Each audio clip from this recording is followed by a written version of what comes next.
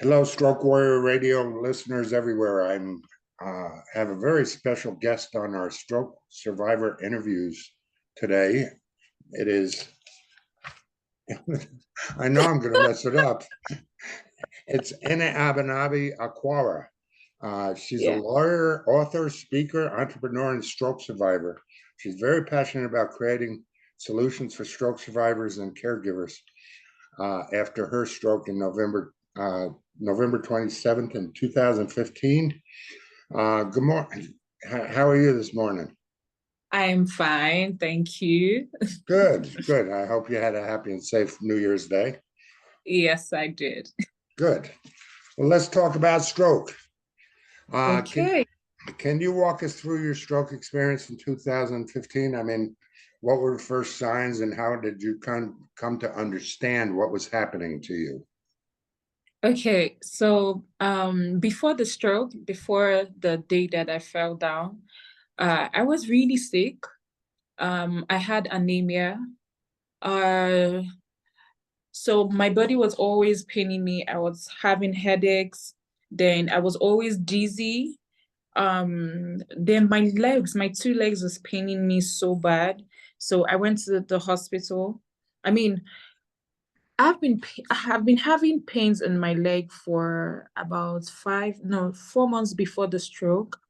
And I went to the hospital and I did like a lot of tests, but they failed to, what's it called? They failed to do like a heart test, right? So I went to the hospital, did blood tests, all those tests, right? Then they found deep vein thrombosis. Is Okay. a kind of blood clot. And then I was anemic. Then I had one infection. I think it's called sepsis or something that it was killing my red blood cells Oh and my gosh. yes, multiplying my red white blood cells. And I was confused. I didn't know what was going on. And I remember, going through it. I mean, going through this illness on on the internet, right? And I saw like, oh, stroke and blah blah. Like the stroke kept on coming to me. Like, I didn't, I didn't get like I didn't, take it as serious, right? Because I'm like, I'm too young to have a stroke, right? So, We all are. yes, I know. Yeah. Then I'm like, okay. So I went to the hospital for what's it called? Interpretation and everything. That was when they told me I had DVT, deep vein thrombosis, and they prescribed a drug. I'm not a doctor, right? I'll Right. try warfarin, warfarin or something, right? It's for blood clot. Oh yeah, what Wayfriend? I think it is. Yeah, I know what you're Yeah. talking about. So will Yeah. our listeners. So the first day that I took the drug, I think he reacted and I had a stroke. So the backstory of that is all this while I had endocarditis, Right. right? Yeah, and they didn't check, they didn't do like a full body check, right? If they had, they would have seen it and given me what's it called, antibiotics for 6 to 8 weeks, right?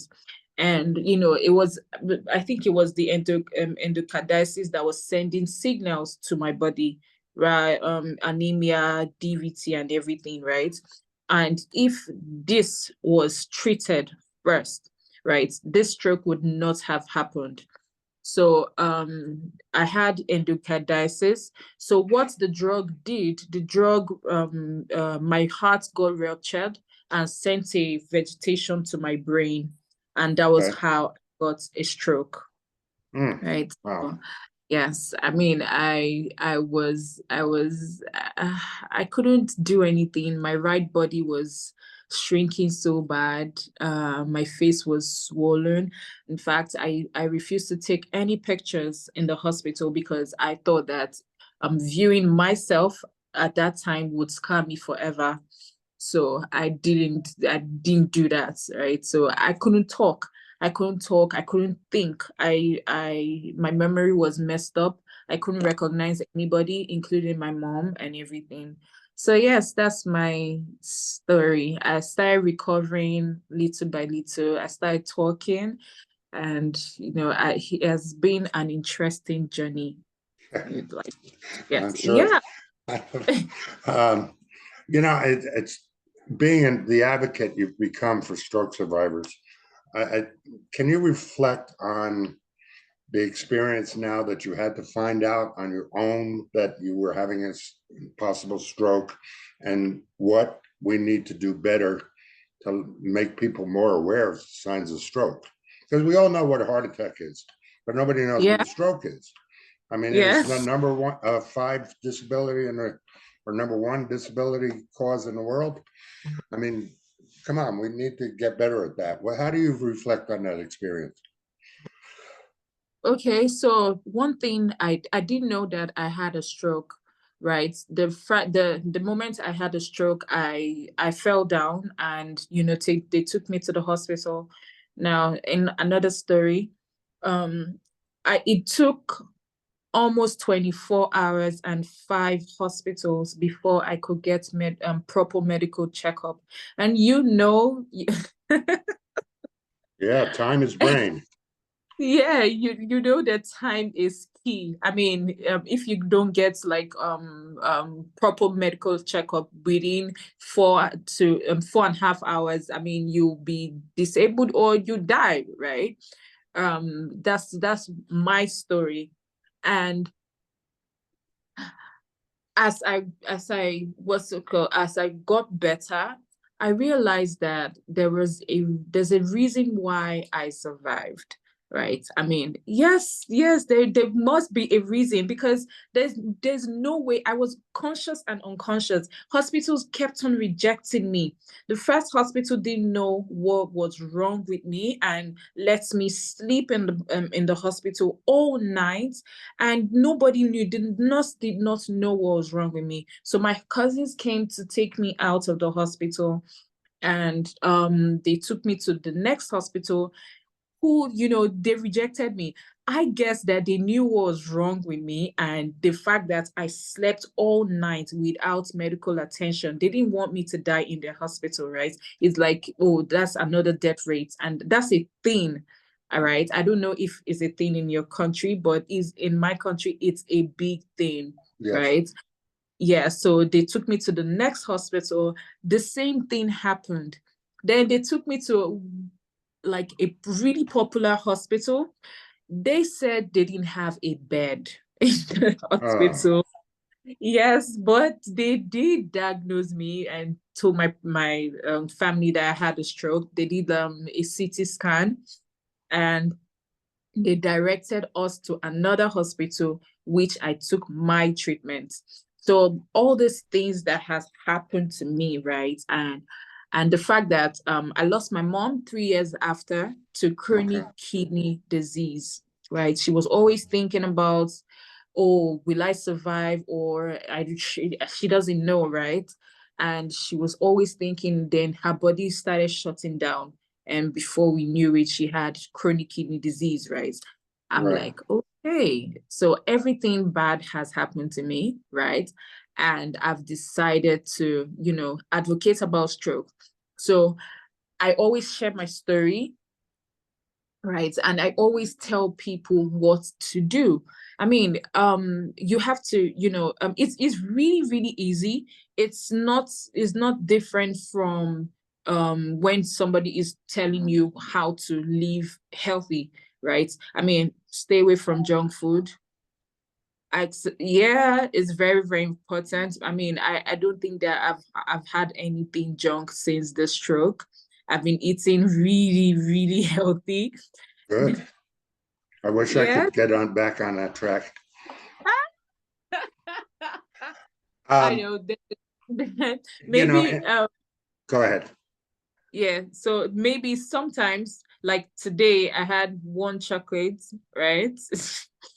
So, but I don't take my healthy eating for a joke, right? I always take eat healthy because I'm still young. I had a stroke at the age of 23, 9 years ago. So I'm still young, right? And I exercise. I mean, you need to exercise at least maybe 5 days of the week, right? Even though it's just walking, not necessarily a gym, membership and everything, right? You need to exercise. Then when you're stressed, I mean, you don't need to be too much stressed because when you're stressed, right?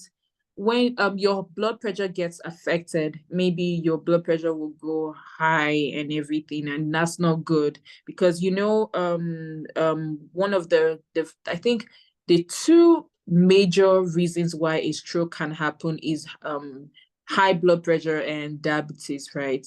And in order to stay away from diabetes and what's it called, high blood pressure, well, you need to do all these things that I'm saying. You need to eat healthy. You need to, I mean, if you eat like a lot of oil, it affects your cholesterol. You have like high cholesterol, right?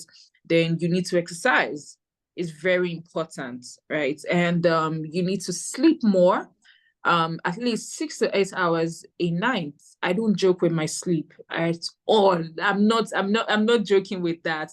Like if I go to sleep and I wake up after like 4 or 5 hours, right? I would get really, I won't say scared, right? But I won't be myself Right, until sleep, right? So right.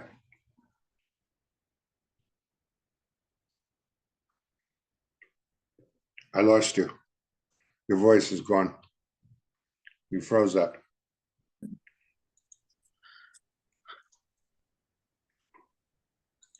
We froze up. I hope you can hear me.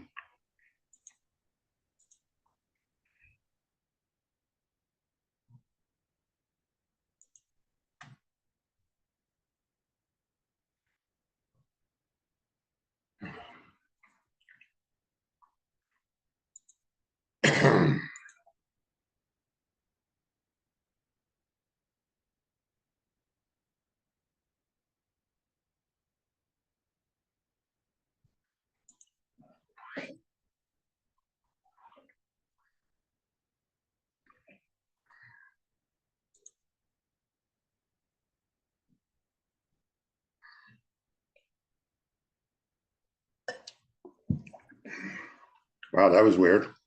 maybe it's network from my side, right? But it's okay now. I can hear you. Where did I Okay, stop? go ahead. Where did you hear the last thing I said that you heard? Um, oh, about sticking to your sleep. Yes. So sleep well, exercise, stay away from junk food, always eat vegetable and fruits. It's very, very, very important. I mean, it's like all the things that I eat, vegetable and fruits. So yeah, Yeah, I what's think so ironic is that all of what you're saying is also for stroke prevention prior to any stroke, but it's also for stroke prevention after a stroke, because so many yeah. people have a second stroke within the first year. Oh, stop. Yeah, I mean, the statistics are pretty amazing. I've seen them before. I don't remember them, of course, my stroke brain. But is there anything in hindsight about your stroke experience that's especially important for others to understand when they find out that they've had a stroke? No, frozen again.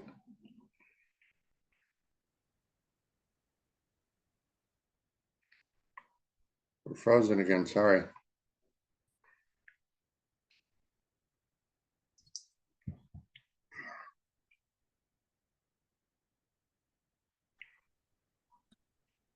I don't I know what's really going. don't know what's going on.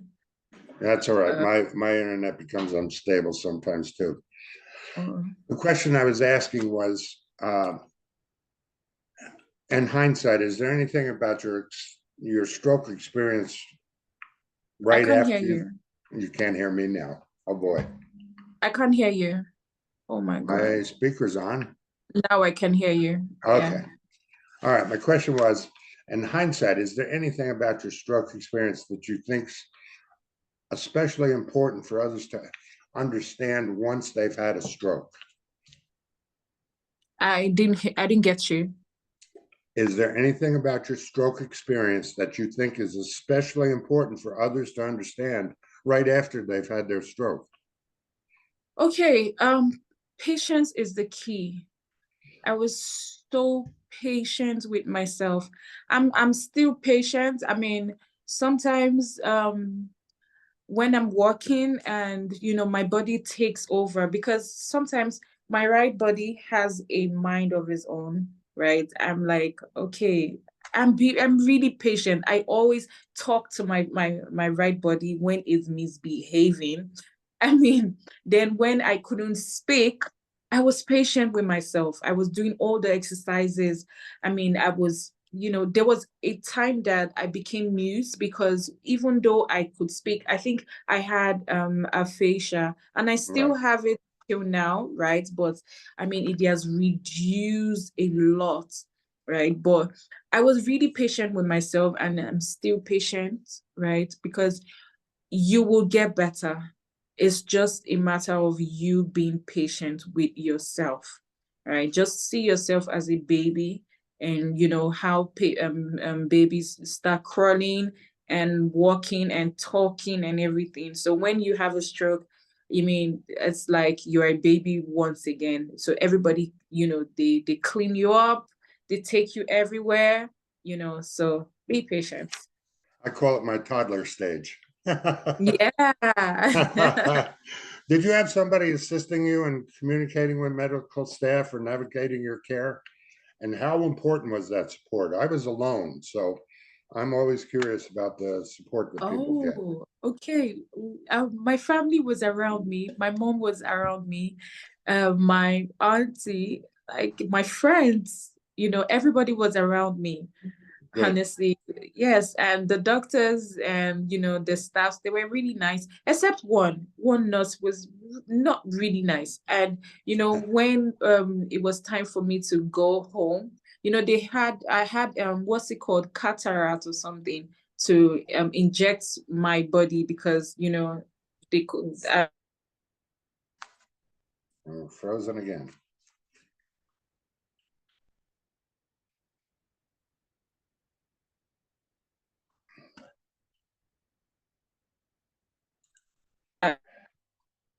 You're breaking up again. Sorry.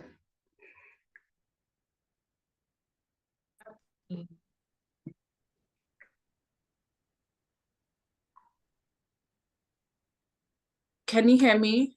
Now I can. Now you can. Yeah. Okay. Okay. What's it called? So you had plenty of support there. Yes. So like I had support, a lot of support from my family. And I mean, I still talk to the doctor that treated me.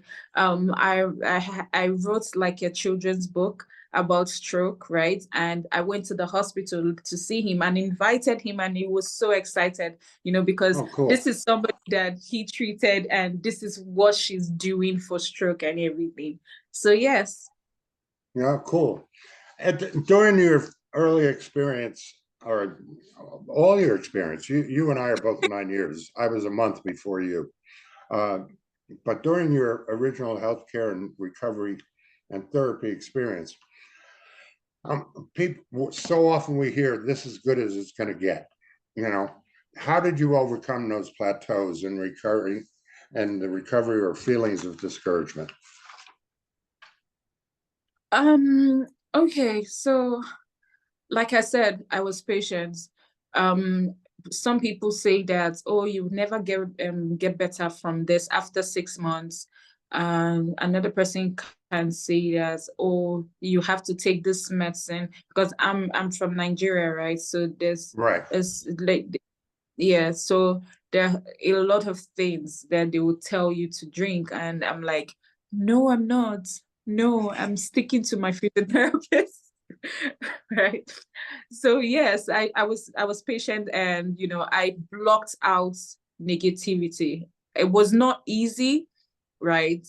Even from myself, right? Because sometimes I look, and when I don't really walk well, right? And it get worse when I'm going into a crowd of people that I know, right? It's horrible. But if I'm going into a crowd of people I don't know, well, just I just chill, right? So Yep. that's it. I was friends. Yeah. Yeah, people don't understand that the invisible part of our disability, if you want to call it, there's little issues like maybe sound, or maybe eyesight, maybe smells trigger something, or crowds, or those kind of things can Yeah. trigger. Yeah. People don't realize that, and they didn't tell us that when we were in the hospital. Exactly. Nobody told us. Uh, what's been the best part of your day-to-day life post-stroke, and what remains the most challenging? Okay. This is a perfect example. Can you see my hand? Yes. Okay. Um, Before I go to this hand, so sometimes the best part of my recovery is the fact that I can do literally anything by myself. I lived by myself for about three or 4 years, right, after stroke. So it Right. was exciting. I think like about 3 years, right? And before I got married. And the feeling is like, oh, you can literally do anything. I can eat, I can cook by myself. I mean, this morning I made plantain and eggs, like, oh wow, right? So that's the best part of my recovery. Now, the challenging part is the fact that I can't really use my right hand, right? So yesterday night I broke my nail, right? Okay. And it was hurting. Now I broke my right finger, like my right nail, right? Right. And because I mean, no, not my right, my my left. Yeah. And my left is more functional than my right. So Okay. it has been hell, right? And my healing process has been slowed down, right? Because I have to dip my left hand in water, and I continue to dip, yes, because when this hand is supposed to be dry, away from water, right? But I'm always dipping when I'm bathing, or when I want to wash my plates, or when I want to cook or something, I dip it into water. So that's it. Wow. What's how how important is setting goals contributed to your recovery process? Oh, wow. Okay, I think as a stroke survivor, right? For me, right? I once went to see, Lost you. for me, Go can you ahead. hear me? Now I Okay. can go. Yeah, I went to see a psychologist about few years ago, um before my mom died. And he said that for me, I would keep on doing stuffs like events, right? If I don't want to get depressed or something, right? I would keep on achieving goals, right? It looked at me and said that after I filled some sort of things, after he spoke to me and everything, right? And I've been doing just that, because when I don't have anything to do, I think I get depressed, right? When I don't have goals to, because this year my goal is I finished writing my book, my children's book about stroke. The goal is, the mission that the book has is to educate children about stroke, right? And we're what's it called? We are distributing 5,000 books for now to children of underserved communities. Like I said, I'm from Nigeria, right? We have a lot of poor communities. So, I mean, we have a lot of children that are eager to learn, right? I mean, my one of my goals for this year is to, share 5,000 copies of that book to to children of underserved communities. And while we have, we are trying to get companies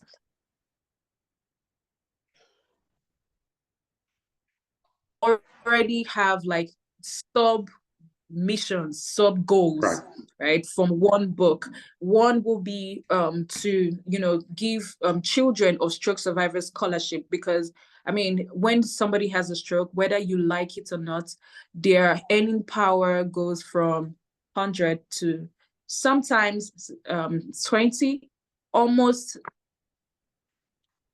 almost all the time, zero. Right? And these children, they want to learn, they want to go to school, right?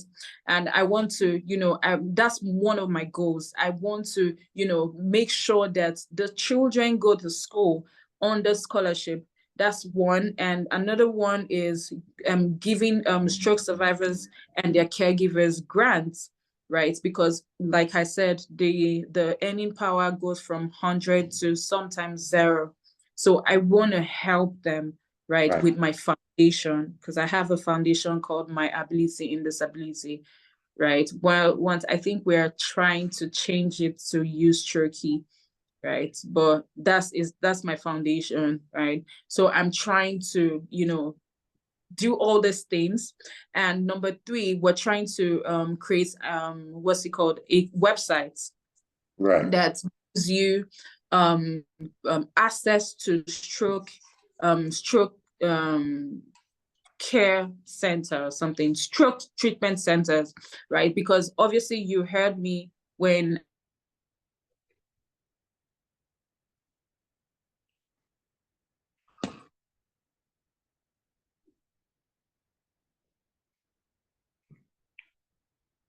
Can't hear you. You can't hear me? No, okay, okay, now I you can. hear me. Okay, all right, where you did I want to stop? create websites? Yes, to for access to stroke treatment centers, and number two, post-stroke support, right? It will be like a place that when you have a stroke, you can just go to website. The website is home for you. And for every other person, especially high stressed companies, will have like what's it called, stroke awareness seminars, right, for you. Like, if you can book us on the website, there will be also trainings on the website. So that's the three things that the book, the mission of the book would bring out, right? So that's it. So I believe it goes so much. Yeah.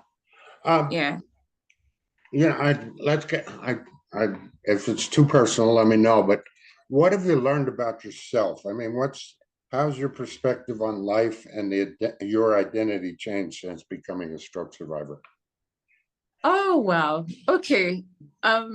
So before stroke, right, I was, funny enough, I don't think I've changed much. Before stroke, I was always happy. I was always the life of the party. You know, I'm always, when I walk on, when I come into a place, I always, want to hang out or, communicate and make new friends, right? But now after the stroke, Oh, froze again.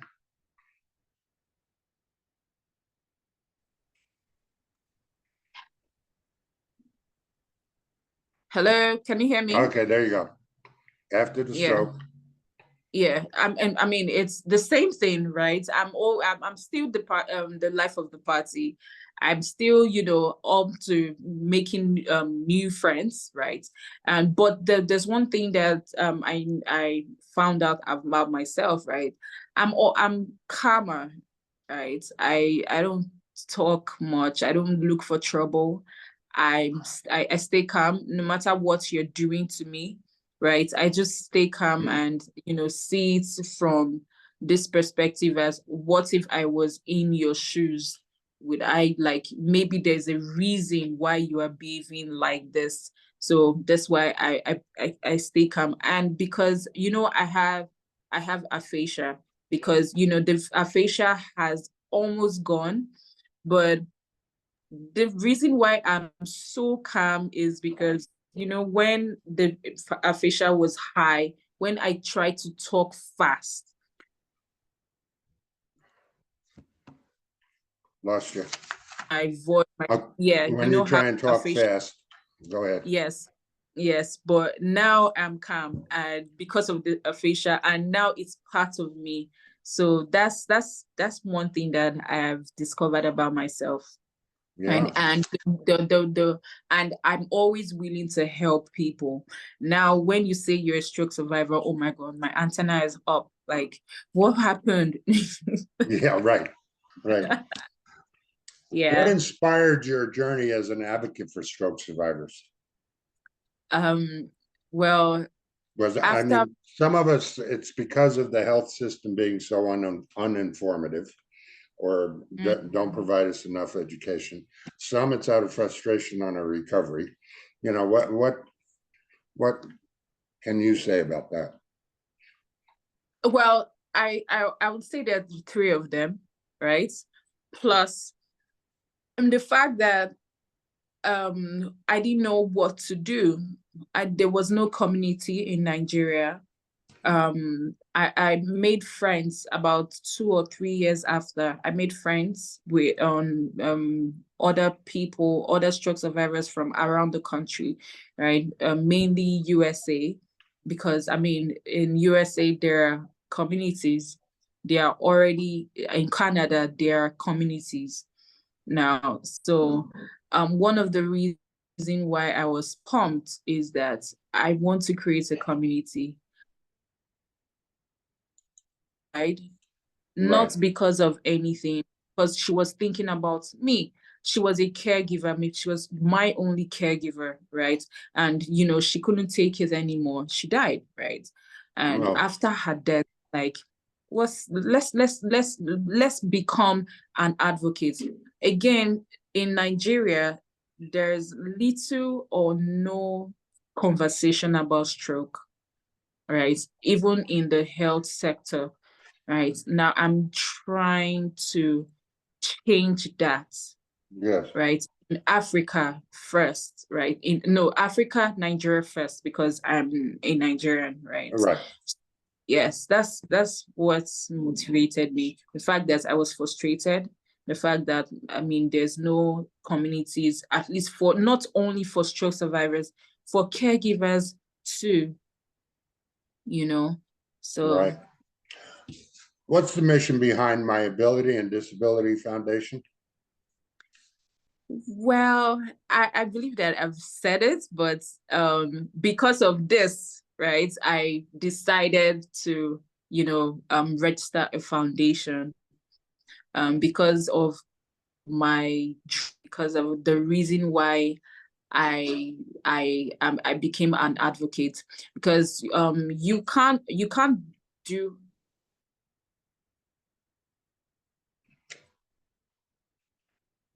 far. Lost you.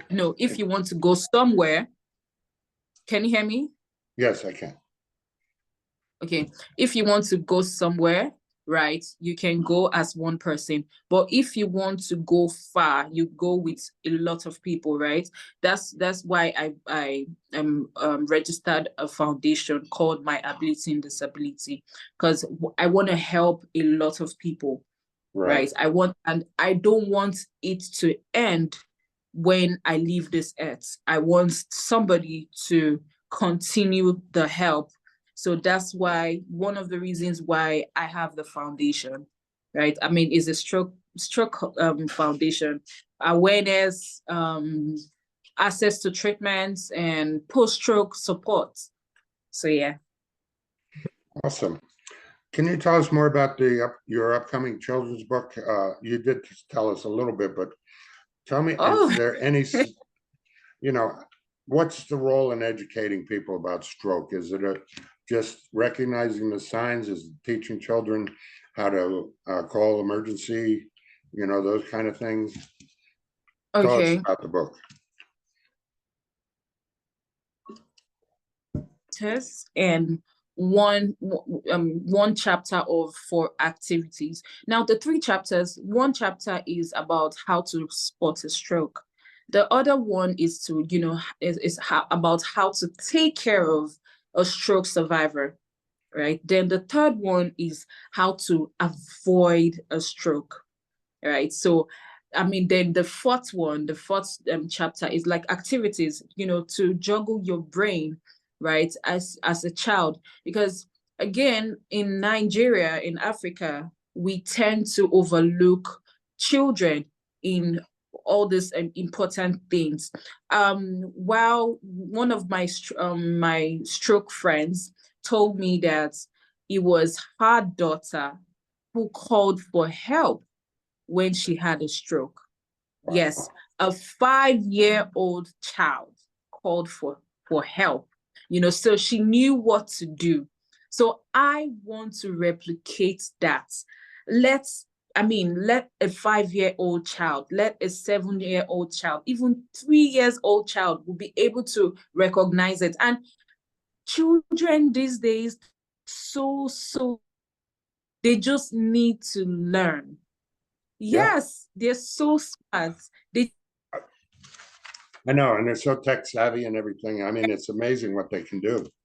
Um, Tell us a little, Exactly. as a lawyer and diversity advocate, how do you see the role of inclusion of supporting people with disabilities, including stroke survivors, but you do other disabilities too, right? Your For practice? now, I stick to stroke survivors Okay. because for if I go into other disabilities, I might get overwhelmed, right? So yes, for now I stick to stroke survivors. Now in some parts of Nigeria, right? We have what's it called? We have a space for disability, parking space and everything, but some parts they don't care about it. And I mean, everywhere that I go and I don't see a disability car park, I get angry. Yeah. Yeah. Well, I get we have angry. I'm laws like, out here that you have to do it. So yeah. maybe that's I'm some like, political yes. advocacy So you need to take. Anyway, exactly. So I complain. If they for I'm a Christian, right? So my right. church, I just discovered that they don't have a disability sports, right?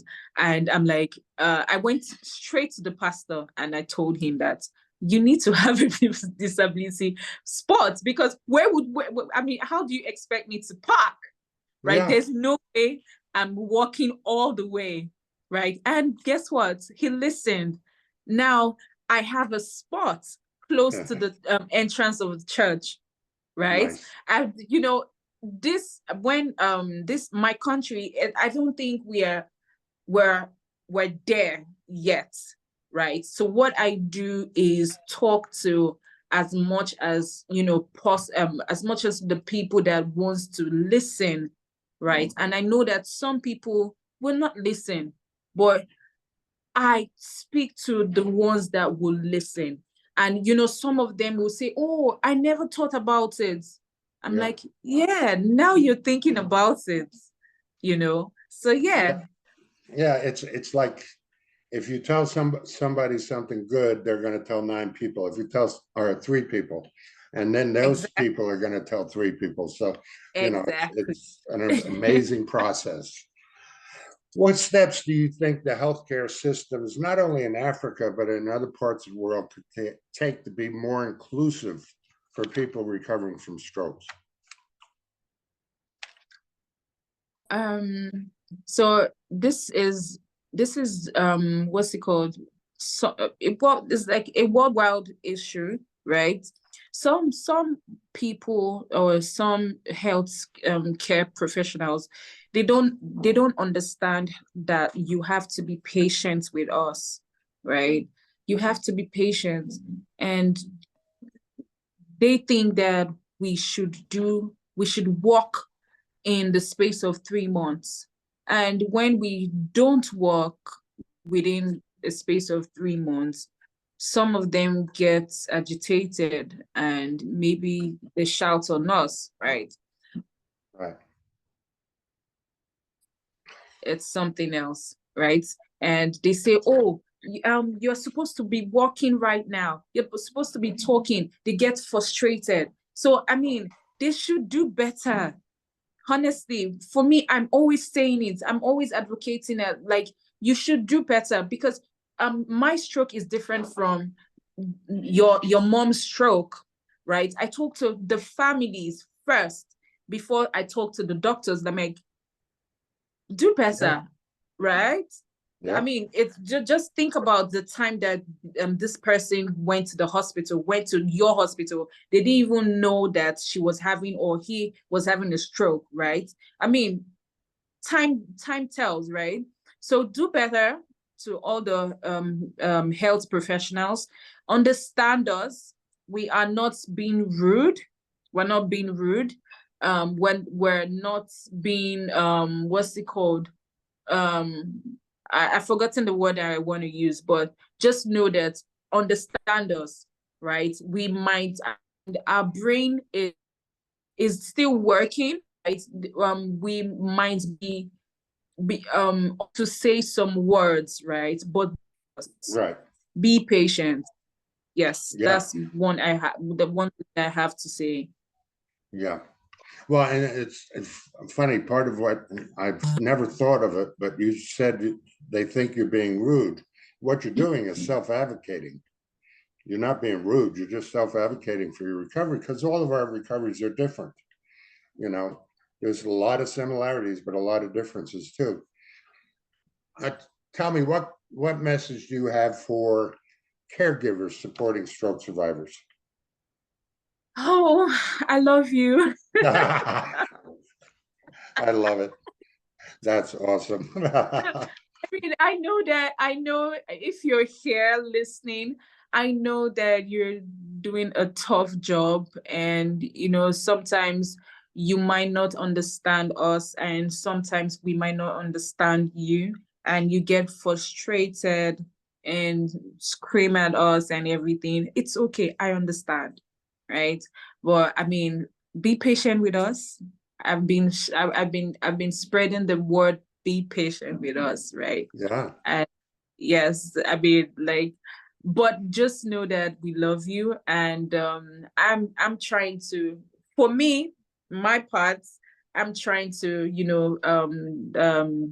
create something for the caregivers, a community.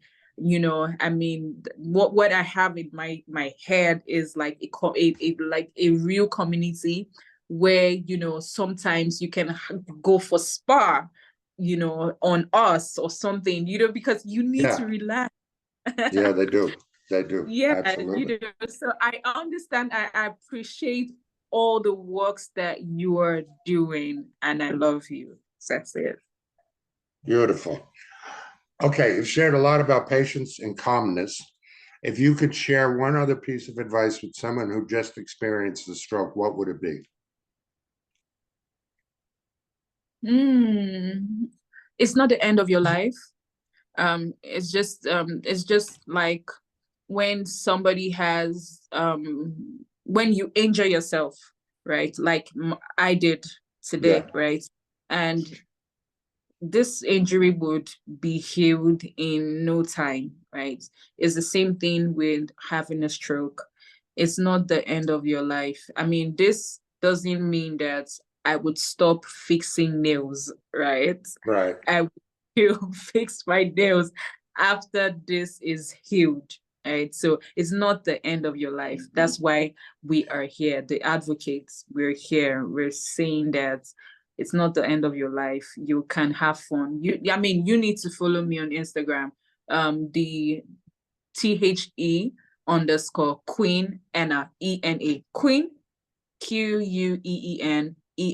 You need to see how I project how much I love life, right? I'm always happy, I'm always dancing, I'm always, I'm always doing something, right? Just to tell the stroke that you got the wrong person, not allowing my spirit to go down because I had a stroke, and I'm 9 years post-stroke, right? So that's what I have to tell you. Yeah. That's awesome. Do you still go to therapies at all, or use a cane or anything? Or Well, few months ago I fell down, and my right leg was stuck in a barricade.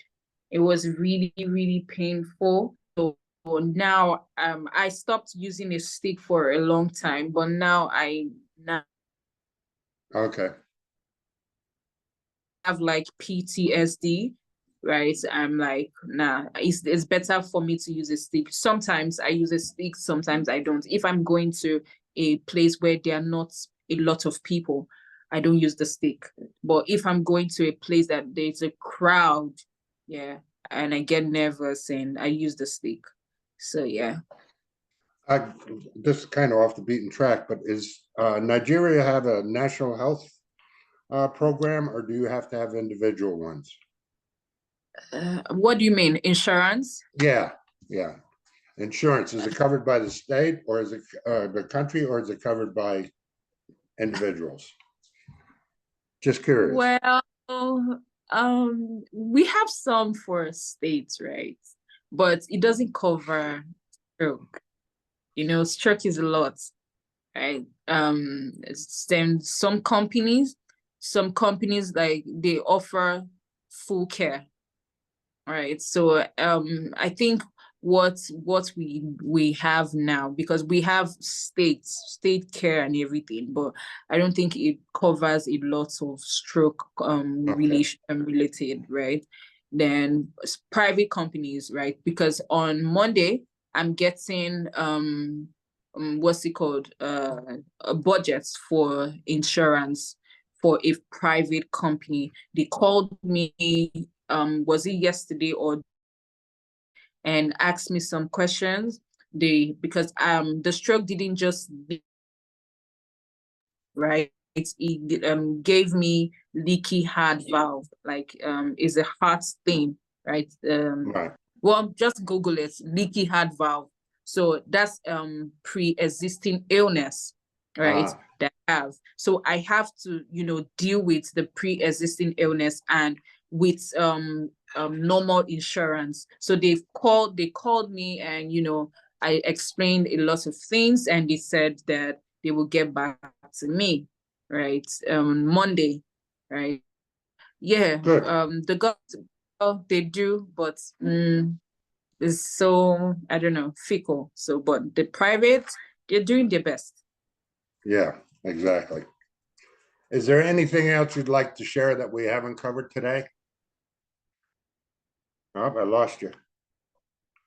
Uh, Lost you for a second there. no, no, no. All Can you right, hear you're me? back. Can you hear me? Oh, okay. All right, you're back. Is there anything Well, else you'd like to share that we haven't covered? uh, is there anything else? I've spoken about my book.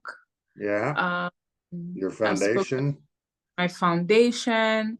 I've spoken about my mom dying. I think I've covered everything, Yeah, I think right? so too. Dr. Balaji was right. You're an excellent story. I love it. And Dr. Thank, Balaji referred you to me. thank you, So thank you, yeah, you've got a great story. I love it. I thank appreciate you. your time today. And Anna, let's talk again soon, okay? All right. Thank you. All right, thanks. Don't go away. Bye. Don't go away.